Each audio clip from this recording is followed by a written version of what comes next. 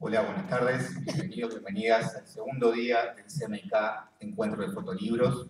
Aquí la sala Hugo Balso del Sodre, ya todos más en sincro en el segundo día de todo el arranque del primero, ya con las charlas que se realizaron hoy, las visitas guiadas en el CDF, por eso esperamos un poquito más, porque hay mucha gente que estaba en camino desde la sala del CDF hacia acá, empezamos un poquito más tarde, pero ahora, a partir de ahora continuamos con el programa de corrido como está planificado.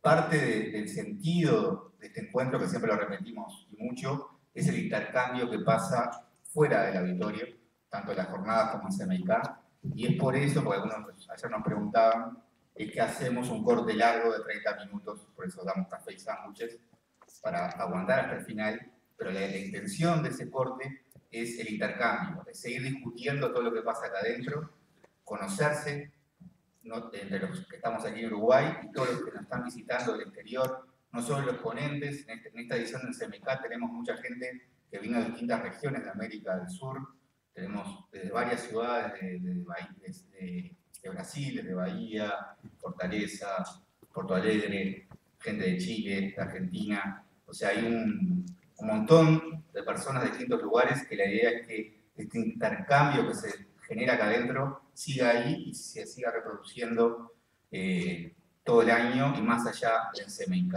Por otra parte, se presentan distintos libros que es muy difícil acceder a ellos en otras instancias porque no están en las librerías, están puestos a la venta con la ayuda del Javanet Book de Federico Stoll y Sofía, que están en el ingreso, está la revista Materia Sensible de Fotoclub y las ediciones del CDF. Entonces la idea es que en el corte se aproveche para poder verlos, comprarlos, disfrutarlos.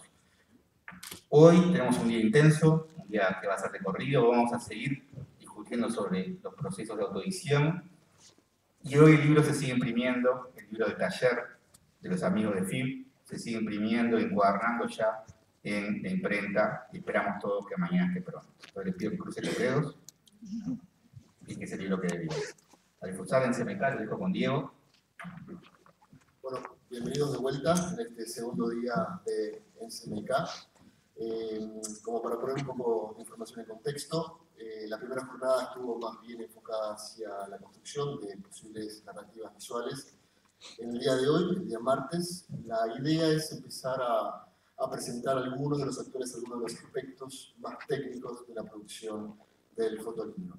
Para eso vamos a hacer la primera presentación a cargo de Gonzalo Volpe, que es licenciado en Filología Hispánica y diplomado en Edición y Publicación de Textos por la Universidad de Deusto. Es editor de arte y profesor, especialista en autoedición y producción gráfica. Desde el 2010 hasta el 2013 dirigió 7 de un golpe, un taller especializado en autoedición de fotolibros, ediciones de artista y producción gráfica. Desde el 2014 formó parte de la TRUP, un colectivo de profesionales de las artes gráficas dedicado al trabajo de autor, tanto editorial como expositivo. Colabora como editor en Reportable Photo, una colección de aplicaciones de autor de fotógrafos españoles contemporáneos impulsada por el estudio SPADE Santa Cruz. Es profesor en diferentes escuelas e imparte talleres dentro y fuera de España. Es el comisario del proyecto fotográfico Ixalar, un diálogo creativo entre John Casanave y Alejandro Marote en torno a la figura de Hortensia. Por favor, Gonzalo, bienvenido.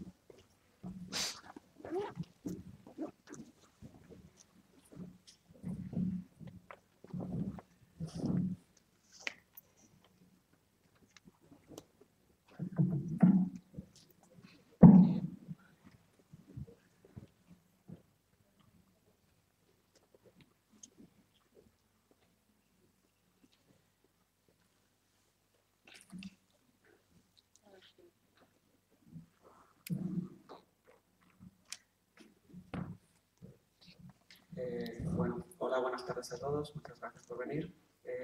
Como ha dicho Diego, bueno, muchas gracias al CDF por invitarnos. a Daniel, a Andrés, bueno, a todo el equipo y especialmente a Diego, porque no creo que haya anfitrión mejor. Bueno, soy editor independiente, especializado en autoedición, y creo que tengo que hacer alguna precisión un poco para que se entienda cuál es mi figura dentro de este fenómeno, de este movimiento que está ocurriendo en España. Hay un par de citas que siempre me han perseguido, especialmente una, que tiene que ver un poco con la relación con el conocimiento que establezco como editor. Una de ellas es de David, que dice que todo conocimiento que no venga a perseguir una sensación me es inútil. Yo creo que llevo 20 años atado a esta cita y desarrollando mi trabajo de acuerdo a ella. Y luego la otra es de Wittgenstein, perdón por la pronunciación de los nombres, que dice que los límites de mi mundo son los límites de mi lenguaje.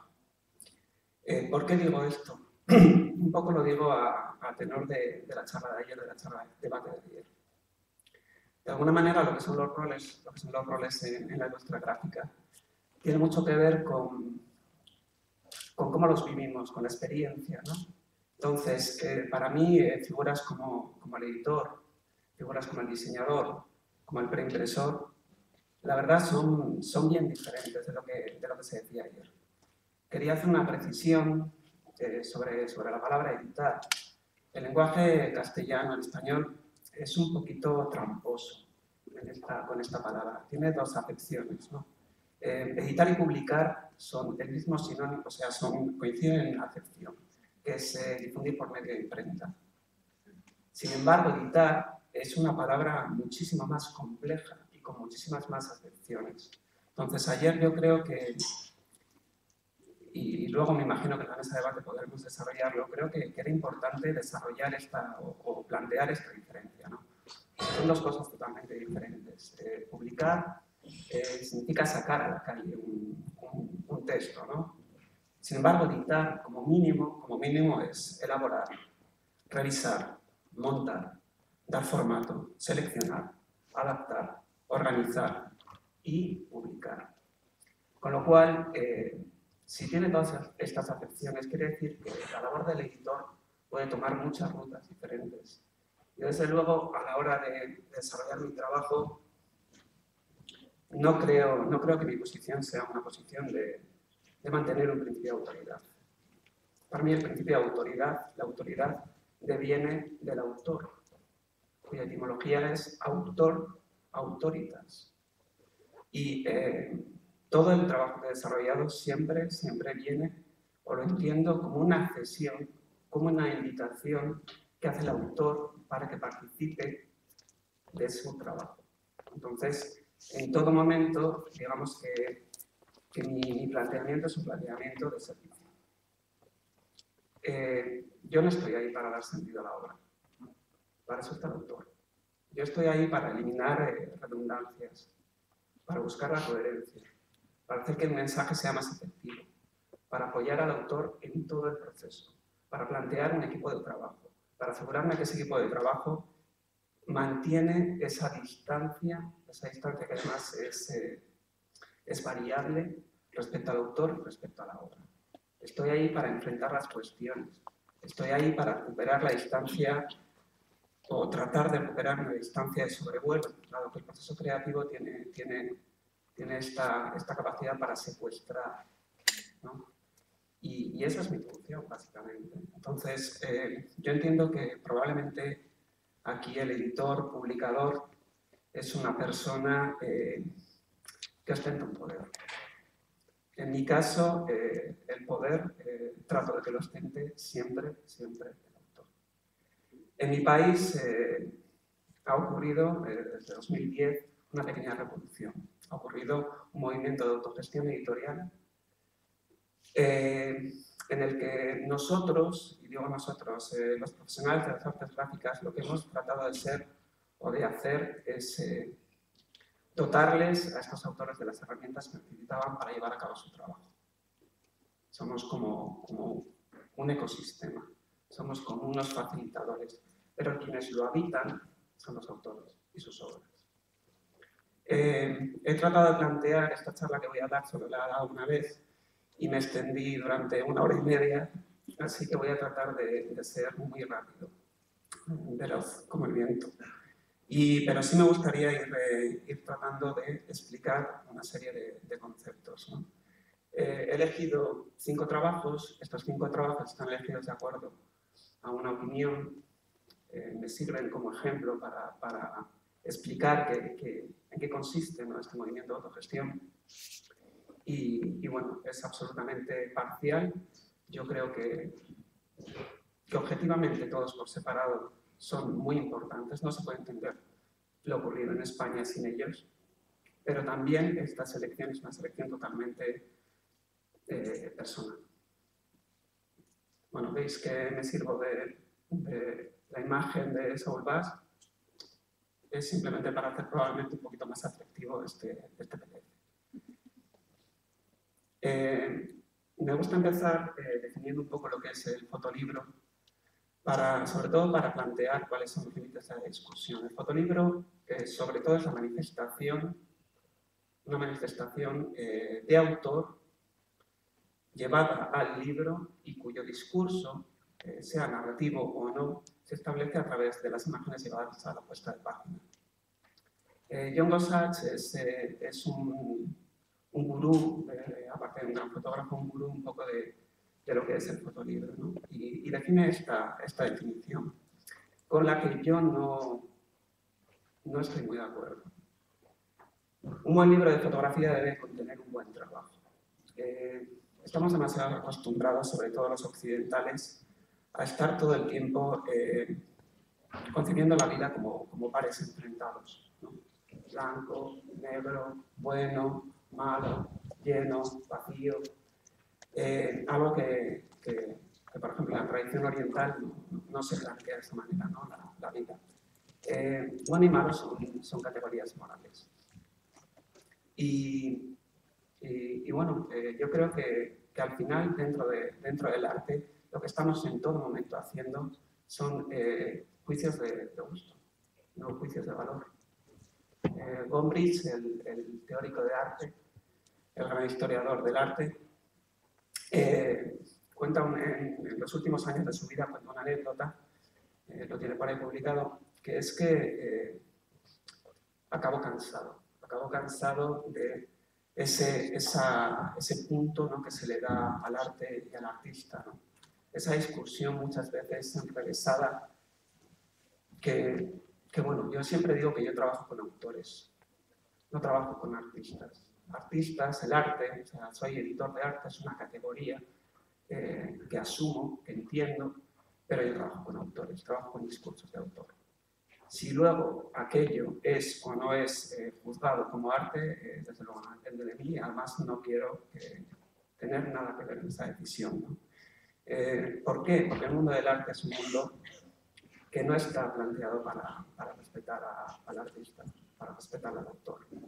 Es un mundo donde los principios de autoridad están desplazados y son propiedad de los comisarios, los historiadores del arte, los críticos, los galeristas, los coleccionistas. Y bueno, mi elección vital se basó en eso, se basó en, de alguna manera, trabajar para que el autor fuese consciente de que él era el motor, de que estaba en un sistema que no iba a buscar nunca respetarle, ni nunca defender su posición. Y bueno, y por eso me dejó la piel en este movimiento de autogestión. Entonces, esto de un buen libro de fotografía debe contener un buen trabajo. Bueno, tomémoslo como una opinión. El trabajo debe funcionar como un mundo concreto en un libro mismo. Totalmente de acuerdo. Lo que digo por el libro, no lo digo por la exposición. La exposición es un espacio a ser interpretado, igual que el libro es un espacio a ser interpretado. Debe tener un diseño que complemente lo que ya está tratando. Yo creo que igual la traducción no es la más adecuada, entiendo que probablemente no dice complemente. Para mí el diseñador es un conceptualizador gráfico. Para mí el diseñador en el flujo de trabajo, el diseñador trabaja mano a mano con el lector, que es un conceptualizador de contenidos. Y juntos, en lo que yo entiendo que es mi sistema de trabajo, enfrentamos al autor. Pero lo hacemos a la vez. Y realmente lo hacemos en una suerte de relación horizontal, realmente horizontal y orgánica. Se debe tratar de un contenido que mantenga un interés permanente. Esto ya es una demencia total y absoluta. ¿Un interés permanente para quién? ¿Y en función de qué? ¿Quién decide esto? O sea, el autor se tiene que poner a hacer un fotolibro pensando que va a pervivir en el tiempo, que además ese interés será internacional y hablará a la gente más allá de las fronteras. Pues si se pone con esa disposición a hacer un libro, solo le vaticino un futuro o un presente bastante complicado, ¿no? En este país tan convulso y tan complicado que es el mío, y tan probablemente tan injusto, siempre se dice que el pecado nacional es la envidia. No, para mí el pecado nacional es la hipocresía. Y no solo para mí, sino para por ejemplo, si no lo habéis leído, recomiendo que lo leáis, es maravilloso. El Lazarillo de Tormes, en el Lazarillo de Tormes, escrito hace ya 5 siglos, hay un capítulo, que es el capítulo del Hidalgo, en el que está, bueno, trata la historia de este Hidalgo y de su sirviente. Entonces el Hidalgo es una persona que se pasea por la ciudad con un traje maravilloso, con una capa maravillosa, una espada metida dentro de una funda porque la espada está hecha un desastre, unas botas lustrosas, y luego cuando entra en la casa lo que tiene para comer es pan y agua. Eso es lo que, desde mi punto de vista, es el pecado nacional. Estamos muy acostumbrados a decirle al mundo que pertenecemos al primer mundo, que somos una potencia y que además, culturalmente hablando, nos dejamos todo lo necesario para que los autores y la cultura de nuestro país salgan más allá de nuestras fronteras. Esto no es cierto.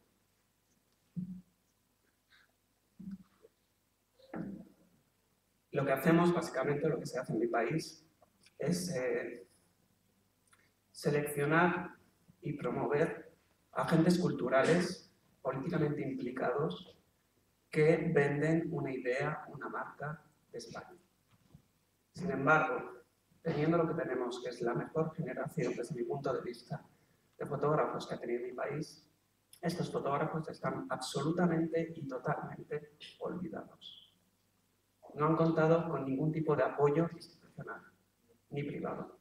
Todo lo que han hecho, todo lo que vais a ver, ha sido a fuerza de voluntad de ellos. O sea, ya os digo que no ha habido, y ahora actualmente, a pesar del reconocimiento internacional y poco a poco nacional, sigue sin llegar el dinero, sigue sin llegar el apoyo. Si vemos, por ejemplo, esta publicación, una publicación muy prestigiosa, esta fue una de las primeras publicaciones que llamó la atención sobre lo que estaba ocurriendo en España, ¿no? Con esta generación. Fijaos, la portada ponía Viva España, estamos hablando de una publicación inglesa, y se hace una selección, bueno, se analiza el fenómeno y se hace, bueno, podéis consultarlo, y se hace una selección un poco de los trabajos más representativos de estos últimos años. Bueno, está Fontcuberta. Bueno, ahí voy a ir rápido, hay un montón de autores seleccionados. De los pocos, ¿cómo es esto? A ver. ¿Cómo es esto? Ahí. Después de esto, una serie de artículos y una serie también de publicaciones, una publicación de Nueva York, una publicación francesa. Tuvimos una exposición colectiva, comisariada por uno de estos fotógrafos, 1 más 1 igual a 12, en Madrid, en territorio francés. Por demente que parezca, esto se ha ido repitiendo durante 4 o 5 años. Es increíble que teniendo un colectivo como Blank Paper, un colectivo que cuenta con fotógrafos como Óscar Monzón y Fossi Bebé, aquí presentes, como Julián Barón, como Antonio Sobanova, como Ricardo Casas, como Alejandro Marote y Mario Rey. Es alucinante que no cuenten ya a día de hoy con una gran exposición antológica en el Museo de Arte Contemporáneo Reina Sofía. Es increíble que no se compren fondos de estos autores. ¿Cómo empezó esto? ¿Cómo surgió este fenómeno? Surge en 2010, más o menos. Empieza probablemente a surgir de forma aislada, pero es en Book in Progress, en 2011, cuando empezamos a ponernos cara, a plantear lo que sería pues este sistema alternativo que hemos creado, ¿no? Book in Progress nació de una charla de Ricardo Casas, una charla dedicada a los libros de los fotógrafos. Entonces, en esa charla, Ricardo hizo la típica trampa que siempre hace. Ricardo es extremadamente generoso y en lugar de hablar él, básicamente nos juntó ahí un montón de personas y en lugar de hablar él, dijo, bueno, vamos a ver, estáis aquí todos los que sois los actores de este movimiento, estaban ahí diseñadores, estaban preimpresores, estaban editores, estaban libreros, quiero escucharos, quiero que me contéis lo que hacéis. Entonces estuvimos hablando durante un par de horas en un tono bastante negativo y en un momento dado, Jos Suárez de Alpine dijo, bueno, ya está bien de negatividad, ¿por qué no hacemos algo? Bueno, ¿quién se anima a plantear una iniciativa, una plataforma que nos conecte a todos? Y ahí recogimos el guante, Juan Balbuena de No Foto y yo.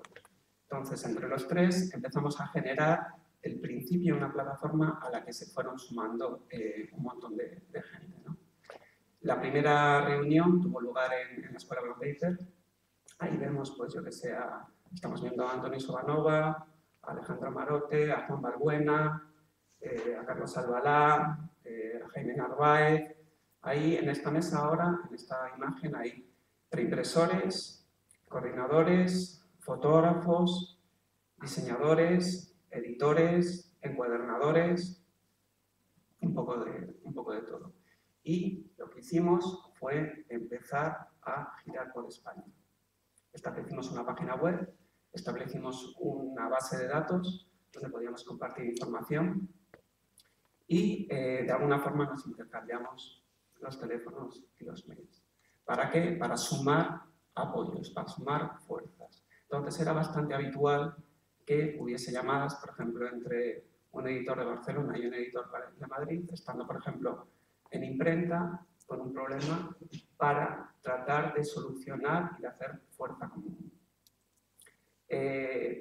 Aquí podemos ver, por ejemplo, esto es en Zaragoza, y aquí podemos ver a Ricardo. Ricardo no es solo, bueno, voy a hablar luego de él, pero no es solo un fotógrafo. Quien piense que Ricardo es un fotógrafo, creo que tiene una visión bastante limitada de Ricardo. Ricardo lo que es un motor, es un magnífico profesor, es un magnífico editor y es un conector, es un posibilitador de todo lo que ha ocurrido y lo que está ocurriendo en mi país. Bueno, hicimos actividades tan bizarras como por ejemplo esta, que fue una especie de combate dialéctico que estuvo a punto de acabar dramáticamente, no entre nosotros, sino por el dueño del bar, que estaba un poco bebido esa noche. Y bueno, de repente empezaron a surgir un montón de actores. Tenemos aquí, por ejemplo, Dalpine. Lo ocurrido no puede entenderse sin la labor desarrollada por Dalpine. Dalpine no es solo un sello editorial. Dalpine, sobre todo en esa época, era y es una librería online. Una librería online que lo que hizo y lo que consiguió fue que estas pequeñas autoediciones y autopublicaciones de 300 ejemplares, de 500 ejemplares, llegasen a todas partes del mundo. Con el doble efecto que eso supone, ¿no? Por un lado, los autores recuperaban su dinero y por el otro, difundían su trabajo, establecían relaciones. Y luego, con el tiempo, fue un proceso bastante curioso, el seguido por Dalpine. Enseguida se veía que iban a convertirse en un sello editorial, pero en estas primeras fases lo que hicieron fue bastante curioso. Por un lado, recuperaron libros que estaban perdidos, que estaban metidos en cajas, olvidados en almacenes, entre ellos, por ejemplo, Infinito de David Jiménez. Claro, está muy bien editar, está muy bien publicar, pero los libros en cajas, los libros si no se mueven, los libros si no se leen, solo son cuerpos muertos, vacíos. Y bueno, una de las labores que hicieron fue recuperar estos libros. También recuperaron, por ejemplo, Zábanas de Fontcuberta. Y luego otra de las cosas que hicieron fue ejercer un clarísimo ejercicio de gusto en la selección, ¿no? Iban a seleccionar, al principio iban a ser 50 libros y 50 libros que les gustasen, y eran los que iban a vender.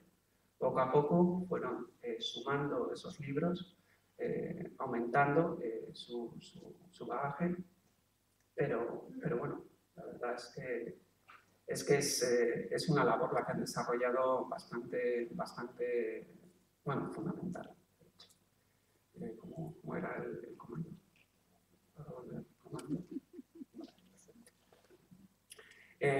Aquí podemos ver, por ejemplo, Fiebre, es una feria de fotolibros, una feria que se celebra en La Paper.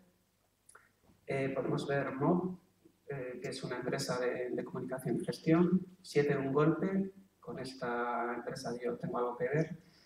7 de un golpe nació a la vez que Dalpine, tienen mucho en común, yo estudié con Sonia en la carrera. Y 7 de un golpe, lo que buscaba o lo que busqué con esta empresa fue, primero, definir y decirle al autor que había una cosa llamada autoedición, autopublicación, y que no era un demérito, sino que era algo mucho más diferente. Era un ejercicio de responsabilidad. A través de la autopublicación y a través de la autoedición, el autor lo que hace es hacerse protagonista de la suerte de su obra. Y con esa toma de responsabilidad también viene la libertad. ¿Esto qué quiere decir? Quiere decir que el autor se paga el libro, efectivamente, se paga el libro, pero no hace ese libro en solitario. Y ese libro no es un libro peor producido o peor conceptualizado.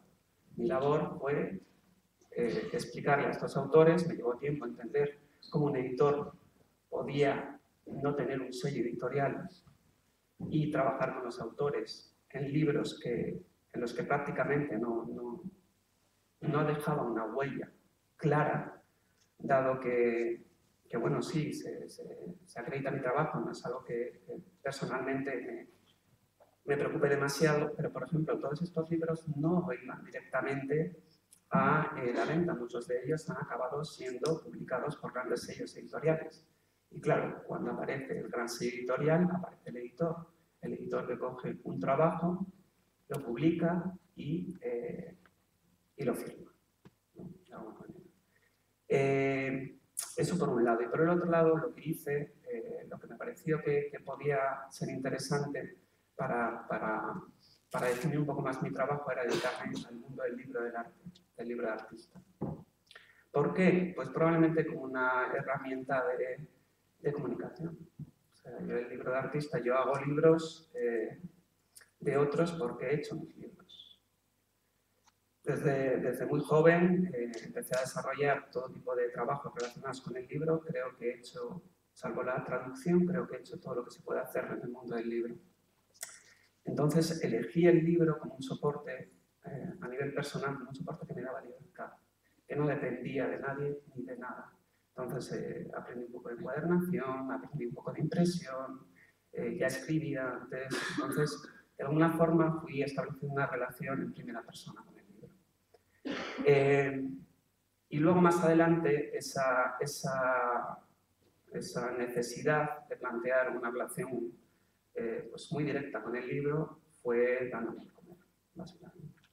Pero no estaba en, la verdad, en mi pensamiento, ¿no? que fuese a ser mi profesión. De hecho, si bien mi primer trabajo fue un trabajo de editor de manuales de reconstrucción post-conflicto y de cooperación internacional.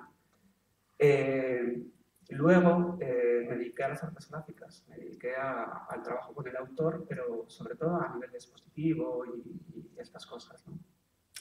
Mi relación con la fotografía fue una relación basada en mis limitaciones personales. Cuando hacía estos libros de autor para mí, a mí la palabra en ciertos momentos se me quedaba corta. Entonces necesitaba de lo gráfico. Y como era un incapaz para dibujar, pensé que igual la cámara me podía ayudar, ¿no? Entonces empecé a establecer la relación con la fotografía a través de un uso personal. Soy un fotógrafo nefasto, tampoco llegué nunca a sentir y a tener el dominio que tenía sobre la palabra y ese control, ¿no?, que tenía sobre la palabra. Entonces tampoco he hecho nunca grandes cosas con la fotografía. Pero ese conocimiento poco a poco fue teniendo una deriva profesional. Luego hice lo que probablemente lo que hace, bueno, ahí sí que soy un editor ortodoxo, me peleé con mi socio capitalista y 7 de un golpe desapareció. Luego está la Cursala. La Cursala es probablemente unas pocas o la única iniciativa pública que ayuda y promueve los fotolibros. Está dirigida por Jesús Micó y dentro de la colección de la Cursala, que ya son 50 números, próximamente en septiembre-octubre vamos a publicar el número 50. Bueno, yo tengo una relación bastante estrecha con la Cursala porque he editado bastantes de los libros, ¿no?, que ha publicado. Y bueno, en esta colección podemos encontrar pues, títulos tan importantes como, por ejemplo, La caza del lobo congelado de Ricardo Cases en 2009 o Afronautas de Cristina Aguilera. Luego está Have a Nice Book, que creo que ya conocéis. Have a Nice Book vamos a ver vídeos de esta web. Lo que permitió fue acceder a los libros en formato vídeo. Siempre os recomiendo la precaución de poner el sonido en mute, porque la verdad es que la selección musical es a veces un poco demente, ¿no?, un poco invasiva. Pero bueno, la verdad es que hicieron y hacen un trabajo estupendo. Y luego 33 es probablemente el blog de fotografía española contemporánea más importante. Cualquiera que quiera saber qué ocurre en la fotografía española solo tiene que entrar a esta web y bichear un poco, ¿no? Bueno, están estudios de diseño, está la troupe, que luego hablo un poquito de ellos, y están los photobook. Aquí tenéis un photobook. Creo que los photobook han sido muy importantes en la creación y en la difusión de los fotolibros, ¿no?, de esto que llamamos, o que a mí me gusta siempre subrayar, que es la comunidad lectora, ¿no? Y que el sistema editorial entiende tan mal, ¿no? Para el sistema editorial la comunidad lectora es algo representable en un gráfico, ¿no?, en una estadística, por colores, por números, por tantos por ciento. Claro, la comunidad lectora no es solo eso, ¿no? La comunidad lectora es un intangible, ¿no? Primero, si vas a tratar de definir como publicador y como editor quiénes son tus futuros compradores de libros y tratar de organizarlos por colores, pues como mínimo eso va a ser siempre un tiro al aire, como mínimo, ¿no? Igual hay que plantear la comunidad lectora como una masa social que cambia, que muta y que además que conforma una forma de ser, que conforma una corriente que traspasa el tiempo. O sea, no solo somos, no solo de alguna manera los libros nos conforman como personas, ¿no? Sino que de alguna manera heredamos libros. Y con esa herencia que hacemos de los libros, ¿no? Heredamos también algo de nuestros padres o de nuestros hermanos, ¿no? Mi librería, mi primera librería, mi primera biblioteca fue la biblioteca de mi padre. Eso quiere decir que yo de alguna manera bebía de las elecciones que hizo mi padre y mi madre. Y luego están dos colectivos muy importantes, ambos, NoPhoto y Gun Paper, que además han desarrollado ambos una labor editorial y una labor formativa. Esta gente, estos autores, estos fotógrafos han tenido la capacidad para, primero, detectar que había un vacío formativo, un vacío que no era cubierto. ¿Qué hicieron? Fundar escuelas para formar a los jóvenes autores. Entonces tenemos, por ejemplo, los casos, en el caso por ejemplo, de Gun Paper y de Fossey, otra de estas personas en las que no podría entenderse lo que está ocurriendo, el Fossey formador, Fossey reformador, pues, por ejemplo, tenemos autores como Federico Clavería, con Italia, ¿no? Alumno de Fossey y ahora autor con voz propia, ¿no? Y luego, NoPhoto también tiene esa labor formativa que la desarrolla a través de la escuela Lens.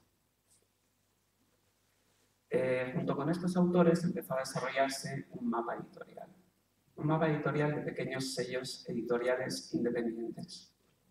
Entonces, en esta época, algunos siguen en activo, la mayoría están en activo, y otros han ido poco a poco, no desapareciendo, pero sí, digamos, publicando de forma un poquito más lenta, ¿no? Tenemos, por ejemplo, a Free, que es el editorial de Juan Balbuena, NoPhoto. Tenemos Basic Books, que es un sello editorial dirigido por Carlos Albalá, que sobre todo está especializado en los procesos colaborativos de edición. Tenemos Fiesta, el sello editorial de Ricardo Cases y Natalia Troitiño. Tenemos Calisidret. Calisidret es un sello editorial independiente formado por 3 fotógrafos que decidieron juntarse para publicar sus propios libros, ¿no? Pues ahí está Roger Waus, está Juan Diego Valera y está Alex Plademun. Y que por primera vez este año publica a un autor fuera de este trío, ¿no? Que es el segundo libro de Antonio Sobanova. Tenemos Fabulatorio, tenemos Dalpine, ¿no? Que ha publicado pues, a los dos, a Óscar y a Fossey, entre otros. Ediciones Anómalas, Cabeza de Chorlito, que es el sello editorial de Alberto García Alix. En estos momentos, Alberto García Alix está autopublicando por primera vez su primer libro. Es un libro que él mismo ha decidido que no va a ser publicado con un gran sello editorial, ¿no? Esto ya, de alguna manera, va dando una pista, ¿no? de cómo van cambiando las tornas, de que ese posicionamiento frente a la autoedición, lejos de ser un demérito, puede ser un espacio para la libertad y para la responsabilidad. Está Standard Books, que está dedicado sobre todo a la edición de, de libros, pero que ahora se va a convertir en un servicio, en una empresa de servicios gráficos editoriales. Se van transformando las empresas, ¿no? Según van pasando los años. Y luego también está Riot Books, de Verónica Freiras, y está Deportable Photo, que Deportable Photo es... yo como editor no estoy atado al libro. Yo desarrollo mi trabajo, madre de Dios, en serio. Desarrollo mi trabajo de diferentes maneras. Una de ellas es a través de la publicación de aplicaciones. Luego los estudios de diseño fueron muy importantes. Aquí hay algunos: N2, Underbau, Eloy Jimeno, del que se ha hablado mucho, que es un tipo de diseñador muy especial y absolutamente brillante. Jaime Narváez, de los tipos gráficos, o Astrolab Studio. Estos son los grandes hitos por lo que yo resumo como los 5 grandes hitos de estos 5 años. 6, perdón. Uno de ellos, digo 5 porque uno de ellos está, está fuera, es Infinito, de David Jiménez, del año 2000. Este libro, todos estos libros los podéis ver en la página de Happiness Book. Infinito fue importante porque de alguna manera demostró una forma diferente de enfrentarse al fotolibro. Es un libro absolutamente poético, es un libro con un gran peso literario. Aquí podemos ver a Borges, aquí podemos ver a Cortázar.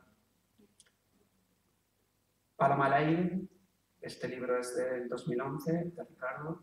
Este libro va por su segunda edición.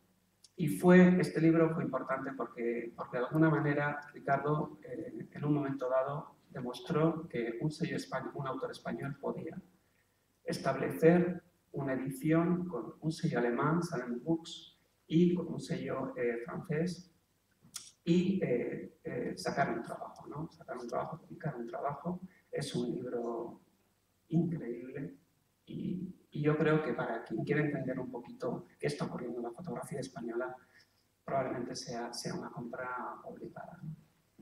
El fenómeno Afronautas, ¿no? De Afronauts, de Cristina, un fenómeno de escala mundial muy difícil de entender, absolutamente difícil de entender, que ha convertido a Cristina en uno de los buques insignias, no solo de la fotografía española, sino probablemente es uno de los grandes nombres, de los nombres recurrentes dentro del arte español, del arte contemporáneo. Como anécdota os diré que en el 2014 Cristina pasó 28 días en su casa. Esto yo creo que ni un militar destinado pues pasa menos tiempo, ¿no? en su casa. El resto se lo pasó en aviones trabajando a lo largo del mundo, ¿no? Censura de Julián Baró, otro de estos personajes absolutamente imprescindibles, ¿no? Otro motor, otro tipo telúrico, volcánico, con un compromiso pedagógico, y otro de estos grandes dramas de la fotografía española, ¿no? Este trabajo debería estar comprado y conservado en el Museo de Arte Contemporáneo, en el Reina Sofía. Es un trabajo que trasciende con mucho al fotolibro y que es un espejo de lo que ha ocurrido en mi país a nivel político, ¿no? Casa de Campo es muy importante porque de alguna manera Antonio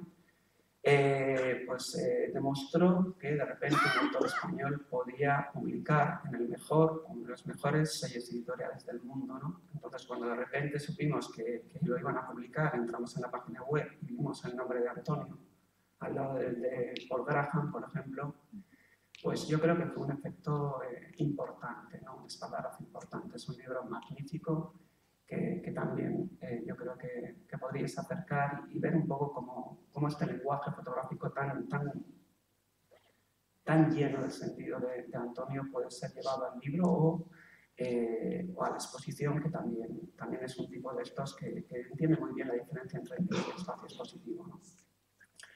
Karma de Oscar. Este libro no solo es un librazo, sino que además también fue importante porque en ese momento hizo dos cosas, ¿no? Una, ganar el premio más prestigioso de su categoría a nivel internacional, y dos, dejar bien claro en París que lo que estaba ocurriendo no era un fenómeno individual, sino que esto era una manada de autores que de alguna forma estaban generando un movimiento. Me quedan 5 minutos. Es una pena no haber podido poner los vídeos. os recomiendo que los veáis a través de Facebook. Me gustaría decir alguna cosa más. ¿Qué es, por qué el libro es una disciplina tan interesante para el autor fotográfico, para el fotógrafo? Ayer se dijo que el libro es un género noble. En mi país, ya sabéis, tenemos una monarquía. En mi país, precisamente, el término noble y nobleza no es precisamente un término agradable, ¿no? El libro no es un género noble, el libro es un género popular, el libro es un género democrático. Y no lo es gracias a Gutenberg. Es una de las historias que nos cuentan. Cuando Gutenberg lo que hizo fue resolver, bueno, ya lo habían hecho los chinos hace muchos siglos antes, pero lo que hizo fue resolver una técnica de reproducción.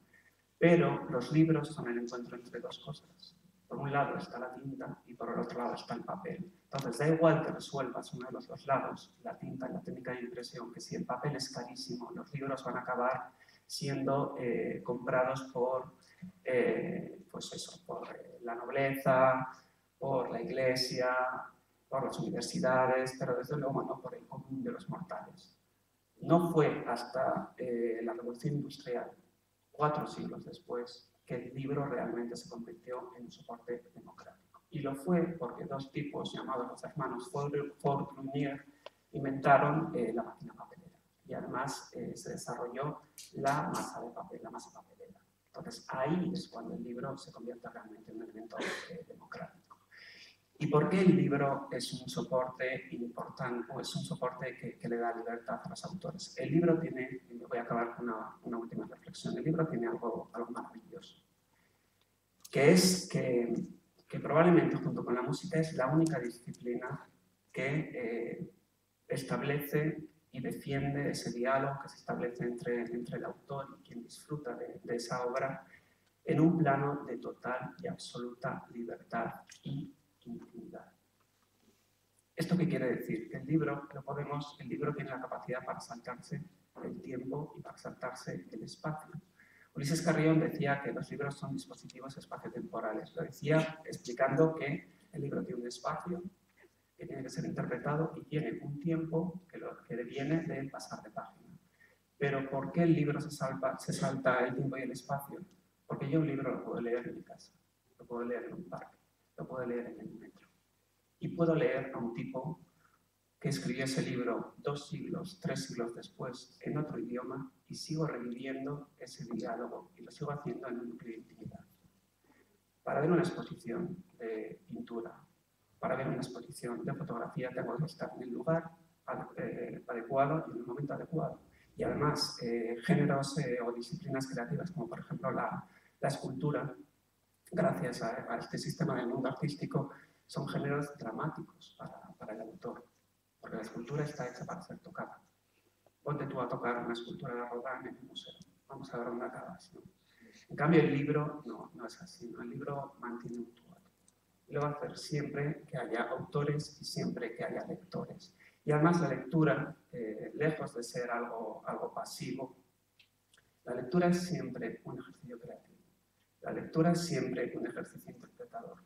Yo leo de acuerdo a lo que soy, de acuerdo a lo que he vivido, de acuerdo a lo que estoy por vivir. Y siempre estoy interpretando ese libro de forma diferente al que me está interpretando otra persona. Entonces, ese elemento de intimidad y ese elemento discriminador que tiene el libro también es muy interesante. Voy a acabar. Quería daros las gracias por haber venido y me imagino que algunas de las preguntas tendremos la oportunidad en la mesa de debate de desarrollar un poquito más cuál es esta forma de vivir los libros, de enfrentarse a los libros, de vivir esta distancia, ¿no? con los libros y con los autores, y entre los roles que abrigan, que arropan y que acompañan al autor y al trabajo del autor. Muchas gracias y bueno, después de la charla trataremos de desarrollar algún tema más.